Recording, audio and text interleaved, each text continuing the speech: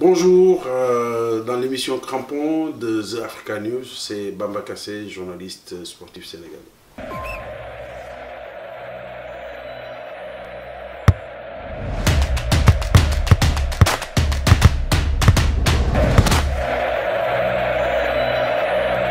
Que pensez-vous réellement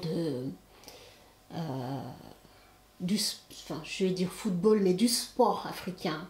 Qu'est-ce qui manque? On va quitter un peu le Sénégal pour avoir une vision beaucoup plus globale par rapport au continent africain. Qu'est-ce qui manque vraiment au niveau des fédérations, au niveau des organisations sportives? Qu'est-ce qui manque? Qu'est-ce qui manque à l'Afrique pour challenger, Une croyance en soi. C'est-à-dire l'Afrique n'a pas encore pris conscience qu'elle dispose de toutes les ressources pour lancer sa propre industrie sportive. C'est aussi simple que ça. On est 1,4 milliard de personnes. Je veux dire, on s'habille en Nike, en Adidas, en Reebok, en je ne sais pas quoi. Elle est où la marque africaine qui habille les Africains? Donc il faut une certaine remise en question et revenir à nos fondamentaux, vous pensez? Aujourd'hui, l'Afrique de façon générale et dans tous les domaines, l'Afrique est une force qui s'ignore. C'est ça la vérité. On est plus nombreux ou autant nombreux que la Chine. En termes d'espace, nous sommes le centre-mère, si on peut dire. D'accord? On a toutes les ressources.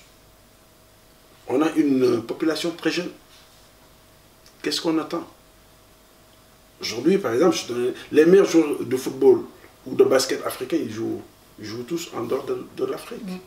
Pourquoi? Parce qu'on n'a pas su encore créer cette industrie africaine du sport qui peut permettre de les garder un temps soit peu, de mieux les valoriser et ensuite peut-être de les laisser aller s'exprimer ailleurs.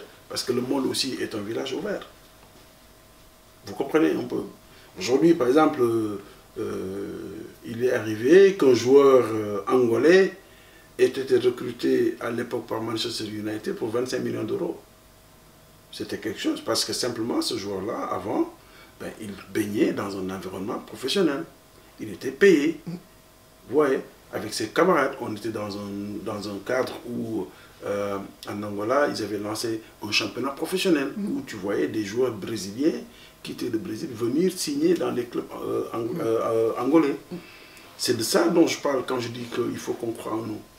Aujourd'hui, il y a quand même de petites initiatives. Quand on regarde la Basketball African League, c'est quelque chose qui va dans ce sens-là.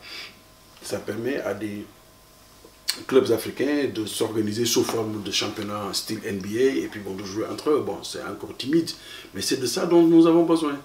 En termes de retransmission, parce qu'aujourd'hui, qu'est-ce qui fait le sport? Qu'est-ce qui fait vivre le sport?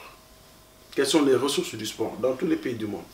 La première ressource, c'est la télévision, ou en tout cas les droits de retransmission. C'est la première ressource. La deuxième ressource, c'est tout ce qu'on appelle ressources internes, billetterie, etc. Ok? Et même la billetterie peut être parfois troisième ressource. La deuxième ressource, c'est quoi? C'est tout ce qui est sponsoring et marketing. La troisième ressource, c'est la billetterie et le merchandising.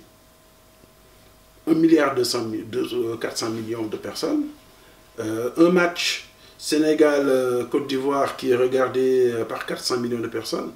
Mais c'est un marché. Je veux dire, en prime time, la publicité pour ça, ça devrait coûter, voilà, ça devrait rapporter beaucoup d'argent. Donc c'est ça dont je parle. Je pense que quelque part, on n'a pas conscience de ce que nous sommes en termes de ressources et on n'a pas la vision. C'est ça qui nous manque. Par exemple, quand je vois que, et c'est pourquoi d'ailleurs je suis très fier de ceux qui dirigent le football africain, ils te disent tout le temps, ça fait 10 ans ou 12 ans que la FIFA et les autres essaient de nous faire jouer une CAN tous les 4 ans, etc. Ouais, il faut qu'on harmonise nos calendriers, et, comme ça se fait. Mais on n'a pas les mêmes besoins que l'Amérique du Sud. On n'a pas les mêmes besoins que l'Europe. Nous, on a besoin de jouer notre CAN tous les 2 ans. On a besoin d'en faire notre messe du sport. continentale. On a besoin que les gens échangent, les gens voyagent, les gens aillent découvrir. On a besoin que les pays en fassent des prétextes pour construire des infrastructures, pour mettre en place des stades, mettre en place des hôtels, etc. etc. Permettre aux gens de brasser, permettre aux gens de... Voilà, tester notre capacité d'accueil, quoi, que les gens puissent venir, des milliers de personnes en même temps, aller dans un aéroport, etc. Parce que justement, le sport, ça dépasse le cadre de la passion. Ouais. Donc quand je vois la CAF dire non, nous on maintient notre Coupe d'Afrique tous les 2 ans, même si ça ne fait pas plaisir à l'UEFA, à la FIFA ou autre, je dis voilà l'attitude qu'il faut avoir. Après, quand je vois la même CAF dire je vais organiser des compétitions plus régulières entre équipes africaines et entre joueurs qui sont sur le continent, je dis voilà ce qu'il nous faut. Mais quand je vois par contre la FIBA dire ouais ben ok on va jouer maintenant l'Afrobasket tous les 4 ans et puis entre temps on va essayer de mettre en place une compétition mineure, j'ai dit mais vous n'avez rien compris. Parce que ce qui faisait la passion, ce qui faisait que les Africains se scotchent, même les Africains qui sont dans la diaspora, ce qui les ramène souvent au pays, ce qui les ramène dans le continent, c'est quoi? C'est de voir que voilà, il y a cette émulation, il y a cette compétition, etc. Donc ouais, donc il faut qu'on parte du principe que aujourd'hui, le monde il est ouvert, on n'a plus besoin d'aller chercher, il y a des choses dont on n'a plus le droit d'aller les chercher ailleurs. Parce que nous sommes le marché. L'Afrique, là, c'est nous le marché. Tous ces grands équipementiers, ils se battent pour avoir des équipes africaines et les sponsoriser. Pourquoi? Pourquoi? Parce qu'ils savent qu'il y a une classe moyenne qui est en mesure d'acheter les produits. C'est aussi simple que ça.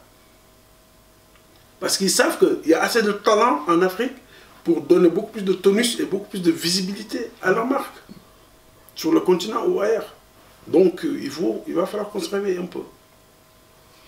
Aujourd'hui, par exemple, et je vais terminer par là, l'Union africaine, 54 pays dans une organisation,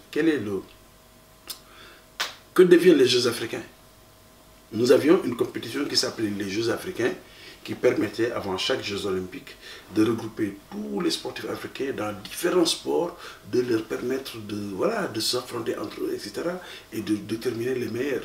Et habituellement, ce sont ces meilleurs-là qui, aux Jeux olympiques, portaient haut l'étendard du continent. Mais les Jeux sont où? Est-ce que vous avez déjà vu en Afrique les chefs d'État se réunir pour dire bon, nous allons parler sport et jeunesse? C'est vrai, les initiatives ZLECA, tout ça, machin, tout ça c'est bien. Mais le moteur de notre développement, c'est notre jeunesse. Le moteur de notre développement, c'est notre population. Le dynamisme de notre population. Donc, il va falloir qu'on surfe sur ça pour créer voilà, nos propres compétitions, les pousser, etc. Moi, je pense qu'il est vraiment temps qu'on change de paradigme.